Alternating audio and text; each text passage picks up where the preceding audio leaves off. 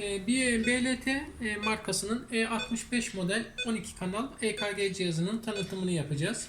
Cihazımızın açma kapatma tuşu buradan yapılmakta. Cihazımızın yazıcı kısmı yan tarafında A4 kağıda, daha doğrusu format büyüklüğünde kağıda çıktı alabilmekte. Yazıcımızın kapağını açmak için burada mandalı var. Mandalı çektiğimiz zaman kağıda ulaşabiliyoruz. Tekrar kağıdımızı yerleştirip mandalı bırakarak kapağını ittiriyoruz. Cihazımızın yine yan tarafında bağlantı girişleri var. USB bağlantı, SD kart giriş bağlantısı, Ethernet bağlantısı. Burada da yine EKG kablomuzun bağlantısını görebilmektesiniz. Cihazımızın mod tuşları bu tuşlardan yapılmakta. Şu anda otomatik modda. Bakın sadece ritim modunu görebilmektesiniz.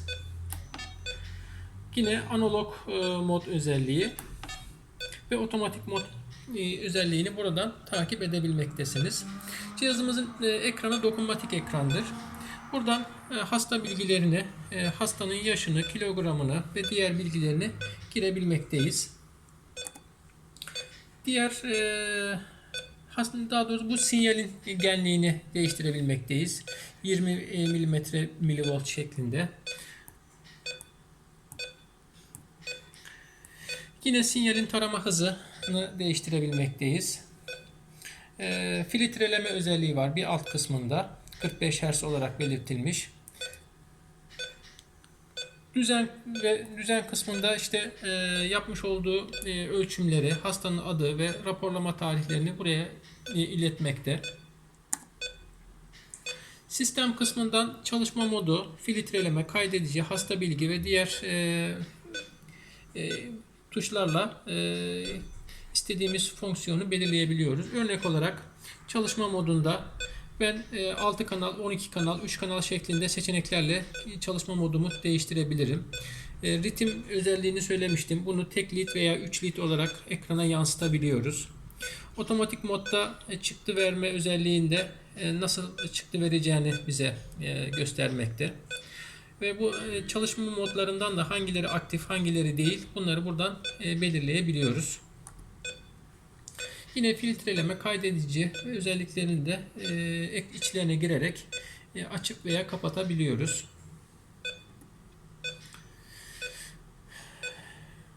Yine lead örneklemeden örnek modu, lead düzeni, ondan sonra lead adı, ritim leadlerini işte 2 nolu derivasyon veya AVF, B4 bunları ben buradan girip değiştirebiliyorum. Bakın 3 nolu derivasyonu seçtim. Veya tekrar 2 nolu derivasyona geri gelebilirim. Tamamen kullanıcının istediği özellikle ritimleri belirleyebiliyorsunuz. Ekran özelliği işte tuşların sesleri, ondan sonra komut sesleri, QRS'in açıp kapatılabilmesi, arka parlaklık ekranının açılıp kapatılması gibi özellikleri de buradan değiştirebiliyorsunuz. Tarih zaman bilgilerini buradan değiştirebilmektesiniz. Demo özelliği ve dil seçeneğini yine diğer ayarlar kısmında yapabilmektesiniz. Geri dön diyerek ekrana tekrar geri dönüş yapabiliyoruz. Bununla mod değişikliğini buradan yapıyoruz. İşte manuel mod, ritim mod, bakın ritim yazdı, manuel mod yazdı, otomatik mod. Yani 3 tane mod özelliği var. Bunların değişimini bu tuşla yapabilmektesiniz. Bu kağıdı belli bir seviyeye kadar ilerletmesi için kullandığımız tuş. Bu da çekim yapma tuşumuz. Buna bastığımız zaman cihazımız kağıdına çekim yapıyor. Bir tane örnek bir çekim yapalım isterseniz. Bu tuşa bastığımız zaman şu anda örnekleme yapıyor bakın.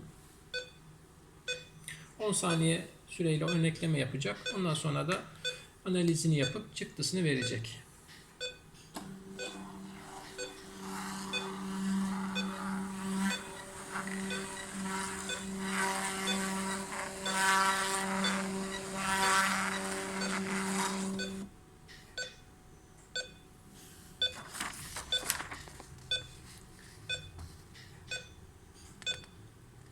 Klavye üzerinde de bazı tuşlar var. Örnek olarak işte erkek veya kadın hastaya bağlı olduğu zaman bu tuşa basarak ekran üzerinden erkek veya kadın seçeneğini buradan değiştirebilmektesiniz.